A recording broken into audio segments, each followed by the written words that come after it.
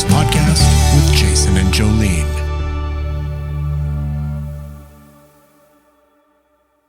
And we are back with the Into Greatness Podcast with Jason and Jolene. Clearly, I am Jolene. I am confused. No, I am Jason. I wish you were me, because that would mean I'd have a clone finally. Right? We all would like that. That'd be Yeah. great. Just to have someone there Clones to of help me? you out. Yeah. Or me even. Whatever Just works, right? Some would hate that. And others would be like, cool. Oh, where are my haters at? All right, there we go.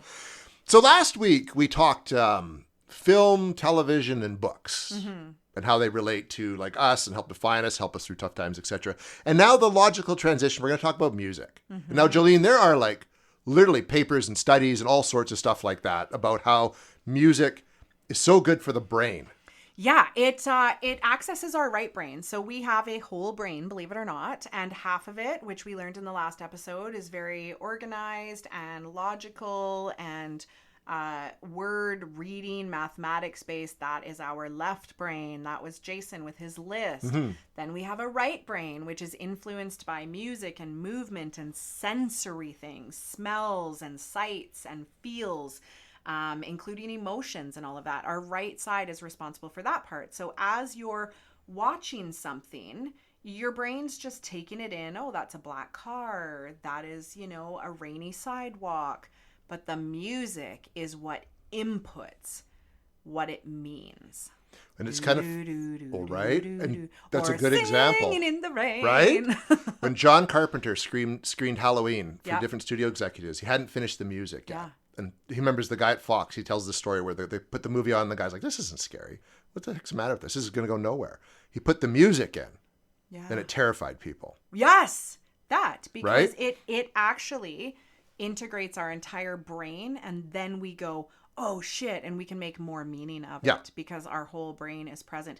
It's interesting because a guy that I graduated with, he's Polish. He's got the coolest story. I reconnected with him on social media, like I think when I was trying to plan our 20th reunion, and he was down in LA, or is, Conrad Old Money. Check him out, folks.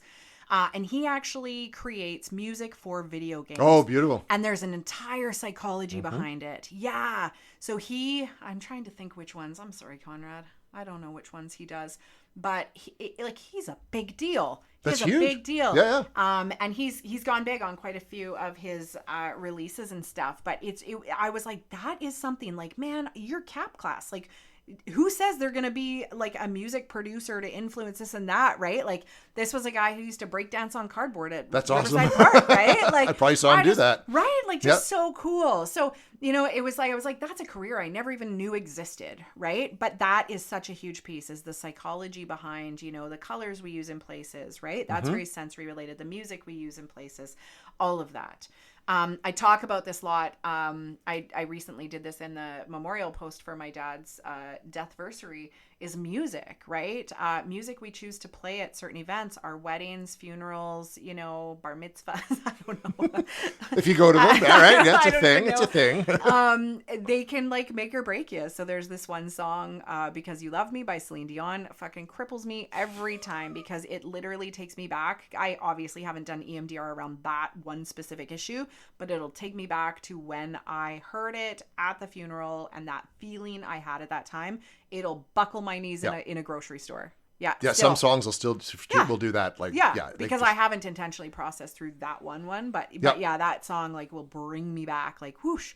And I think I like that because I think sometimes when we can process so much of our grief, sometimes I like the raw moment to know it's still tangible. It's still there. So I actually think I probably protect healing that one for that reason. I like that rush of rawness that still feels like connection there.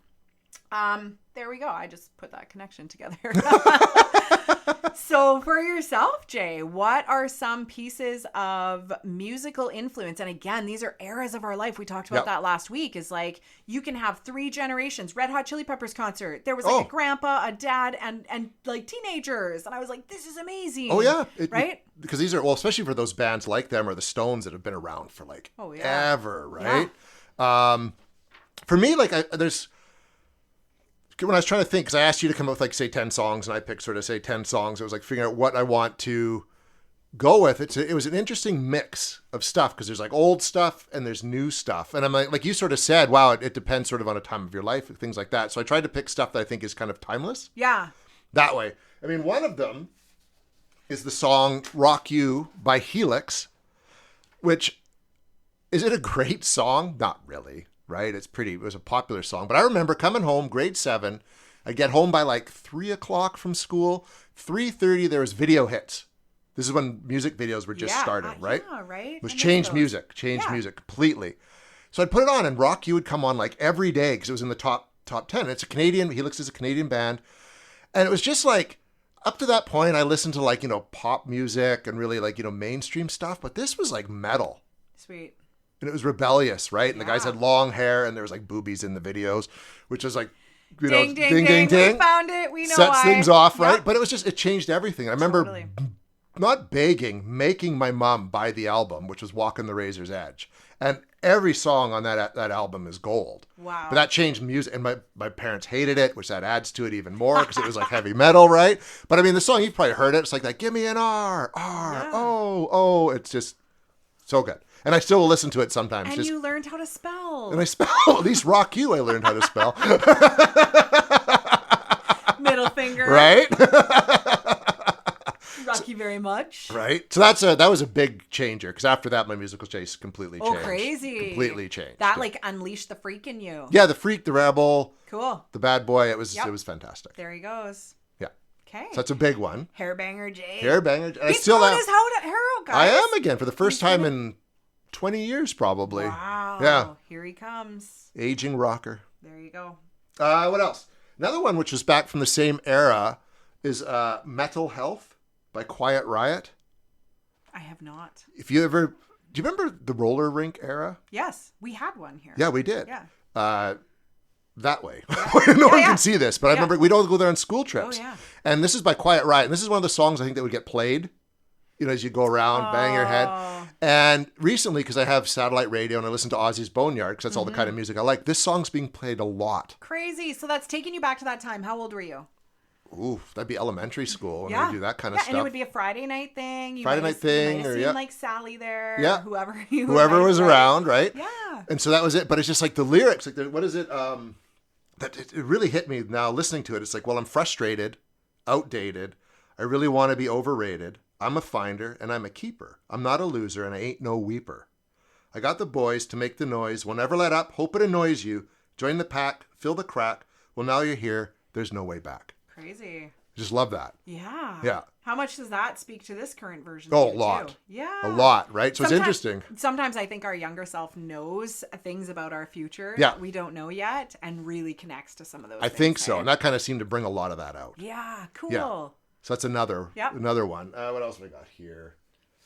This is from the song is called "Tonight Is What It Means to Be Young" by Fire Inc. and it's from the Streets of Fire soundtrack. I mentioned Streets of Fire. Okay. Yes, this is why, because that one made you feel good. Oh yeah, right. Yep. Yeah, and it's just that kind of a song, and it's the whole album's like that. But this is like I think my favorite track on the album. Okay.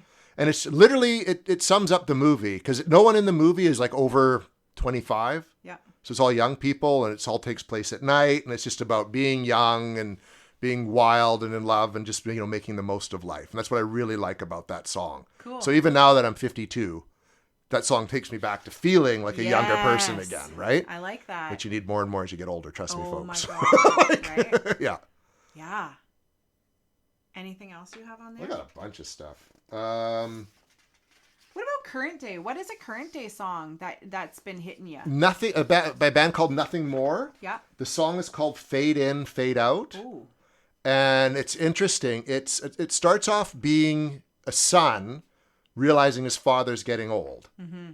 And then as the song goes on, it's the father talking about the son, about how to kind of remember him. Yeah. So as someone who we both lost our dads, it resonates. And it's just, where's like the one bit here? I have watched you fade in. You will watch me fade out. When the grip leaves my hand, I know you won't let me down. Go and find your way. Leave me in your wake. Always push through the pain and don't run away from change. Never settle. Make your mark. Hold your head up. Follow your heart. That makes you emotional. Yeah. I love that. That, you guys, feel that, right? Yeah. Yeah. And Yeah. that I could give life advice to Griffin, which I have repeatedly. Yeah. That would be it. Wow. Those are the songs. Like, which are the songs that hit you in the feels and you're just like, fuck, I can't. That right there. Yeah. It literally is words. I've had this come up quite a few times. I know that this has been something in my life. So this is very relevant for right now. Jordan Davis, for God's sake, I have been loving his music for the last 5 years, really during the time of the start of my separation. It was like every song that would come out of his was almost like this soundtrack to my life for a period of time. Yep. So it was almost like, oh my God, his next song came out. Holy shit, it's so aligned with where I'm at, right? Well, now this concert's coming. I bought tickets a year ago. He's coming to Kelowna. My kid has a hockey tournament in Vernon. And I'm like, how do I make this work? No, I'll wait until see his game schedule. This is literally 6 days away, guys. And sure enough, my son plays at 6:15 on Saturday night and the concert starts at 7 in Kelowna. And I'm like, really? Everything possible is getting in the way of seeing this person that sang the soundtrack of my life for so long. Isn't that wild though? Right? But a lot of people, I've heard them say things like, since their parent passed away or this or that, they're like, it's like I'm getting these messages through songs. And I'm like, you gotta trust that. Our intuition and our guides will work through musics, signs, movies, characters. Things that we're drawn to are going to give us the message we're needing. It was that book I talked about, Untamed. It was the messages I was needing at the time. Think about the ones that really hit you in the feels and you're like, it's like this one was written for me. I've had men say this. I remember this one client in particular, and he's like, this one band came out of nowhere. I don't know how I found them, but every song sounds like a message from my dad. Yeah. And I was like, then sit in that. Yeah, listen to it don't repeatedly. Argue that shit. Yeah, don't fight with it. And if it makes you feel a certain way, just own that. Yeah. Be in it, right? So I want you to think about times in your life where you've really identified with. I know a lot of people, you can look at mainstream and be like, how can someone like Taylor Swift hit so many people? But she did. Yeah. And she does it fucking brilliantly, and there is an entire collective. And I think that that's part of the feminine healing that's taking place in this world. And she's a voice of it. And I think maybe Tina Turner was that voice at one point. Yeah. And Michael Jackson was that voice at one point. And, we've got all these different people. Garth Brooks was that voice at one point, or George Strait, things like that. So it's kind of, you look at where you fall in collective movement of our world and our society, right? Oh, big time. Big time. We also link music to different stages. So it's funny. I talked about weddings, funerals, things like that. We're so intentional about our song choices. We want it to say all the right things, right? Graduations. So the year I graduated was in 2000, and it was the year that Vitamin C came out with the graduation song, right? I didn't listen to it, but I know which one you're talking about. Yeah. And we chose not to do it because we figured other schools would pick that, but that song was out that year, so it's very monumental in terms of being that graduation year. And I think they probably use it every year in different places. For sure they do. Right? But our class, which is funny because I referenced it last session or last episode, Stand By Me. We chose Stand By Me. Did you? Yeah, which was a really neat choosing because our class was so tight and have continued to be tight. Every single person was connected in that class. And I have so much grief around some of the clients I see right now, especially from that same school that really give different experiences around it not being cohesive and a lot of bullying and othering and all of this. And I was like, man, we had such a cohesive class. It was such a beautiful experience that way. I really don't think anyone in the class would have said they didn't feel like they belonged. Yeah, which interesting. Is profound, right? Yeah. We had a few hundred students. But yeah, so that ended up being our song. So again, every time I hear that song, which was not of our generation, it was of my parents' generation. Yeah, well, that's the 60s. Yeah. So that was really neat. And also a movie I really appreciated and identified with. So that was very cool. I can think of artists that have made influential impacts. So I love some good 90s rap. And Tupac was my gospel, right? Well, he's so associated with that era, right? You can't escape it. Did you know his dad was an acupuncturist? I did not know stepdad? that. Yeah, or his real dad. Yeah, I thought that was wild too. Michael at Sapien had posted that he did some training with him down in New York or something. And I was like, what? Tupac's dad was an acupuncturist? I think it's dad or stepdad. I'd have to go back and double check that. But, I think back to some of my high school years when we would party and stuff. We listened to a lot of like Eazy-E and like Snoop and along amongst all those. Eazy-E probably wasn't the greatest for young women to be listening to back then, but it reminds me of an era. It reminds me of a time. It reminds me of the times that somehow we managed to have massive house parties during the course of a Blazers game. And now that I am a parent and I know how long a Blazers game is, I was like, we were impressive. Like, we held full house parties while my friends' parents were at a Blazer game. And could still get out, clear out, and clean up by the time they got home? We would call McCracken's and be like, have they left yet? And then we'd be like, clear out! It's like this That's ongoing awesome. joke now, but like, we managed to nail that every Blazer night. That's awesome.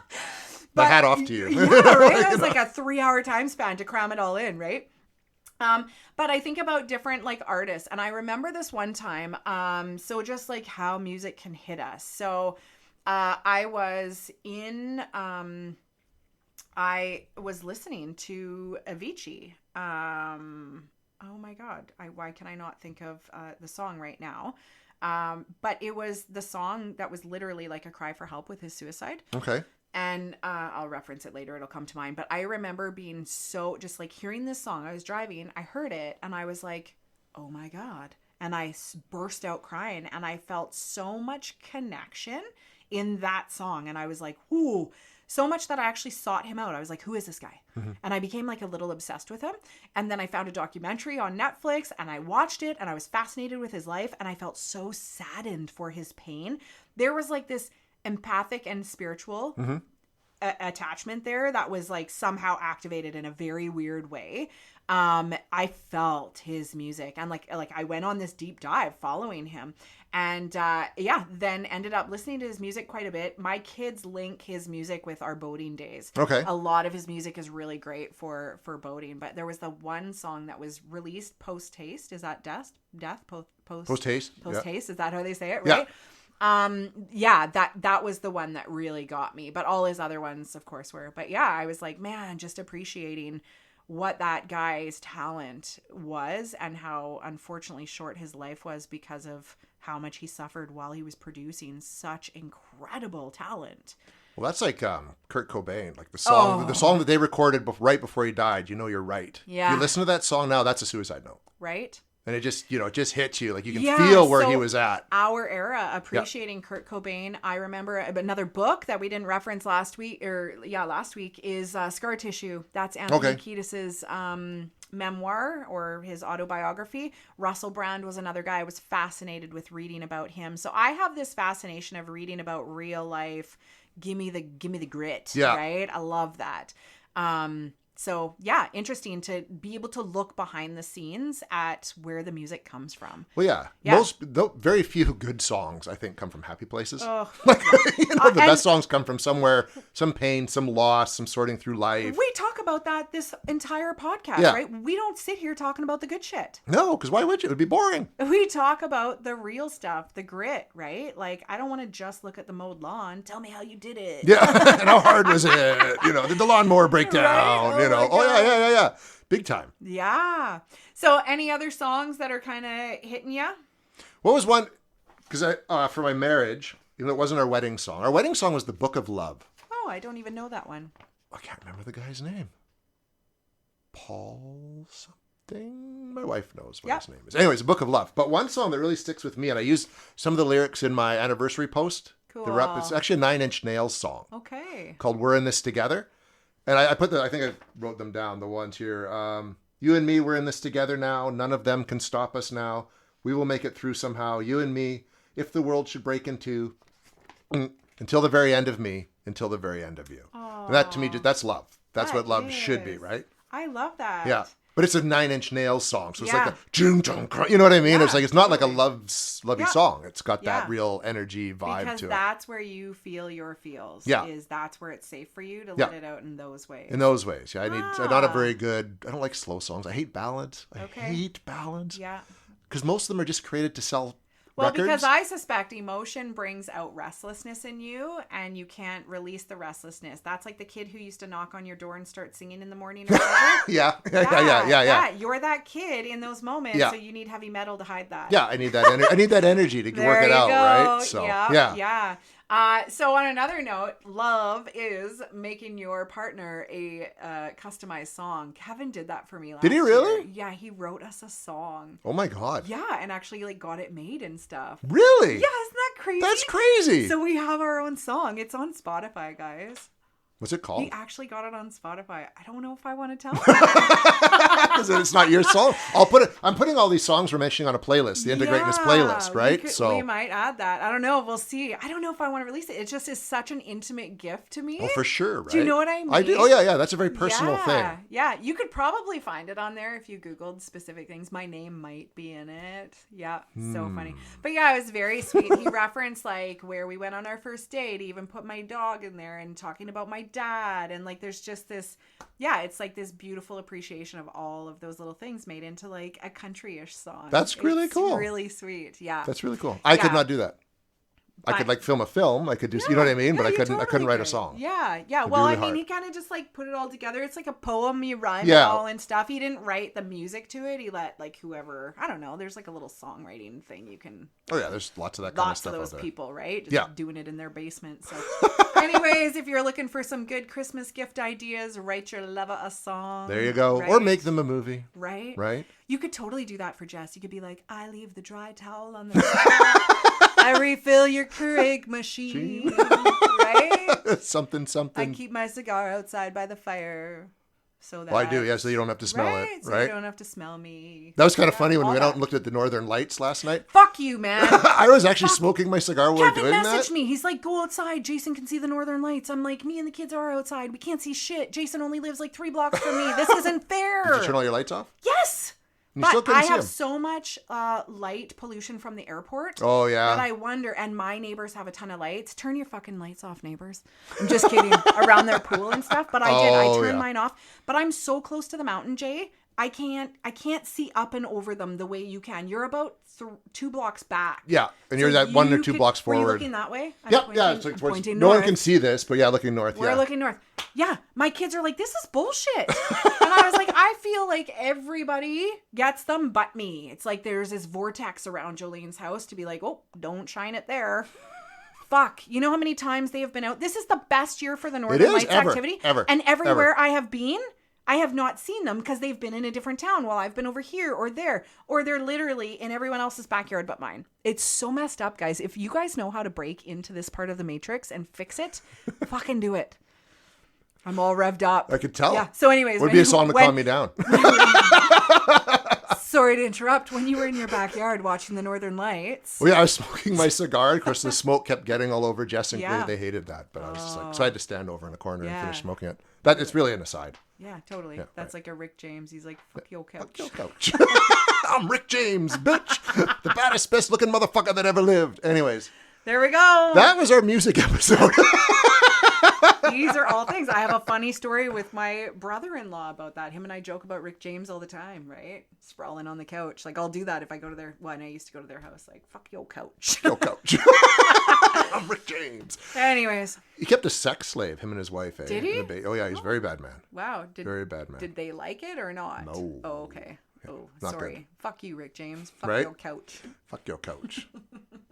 Anyways, guys. That was our music episode. We're done. and think about what our music intro and exit music does for you, right? Yeah. Your buddy made that up. My for buddy us. Sean from Badman Incorporated, he doesn't just like crank it out. He puts thought into it. Yeah, he totally did. Because he's like, this is a mental health show, so it can't be like metal.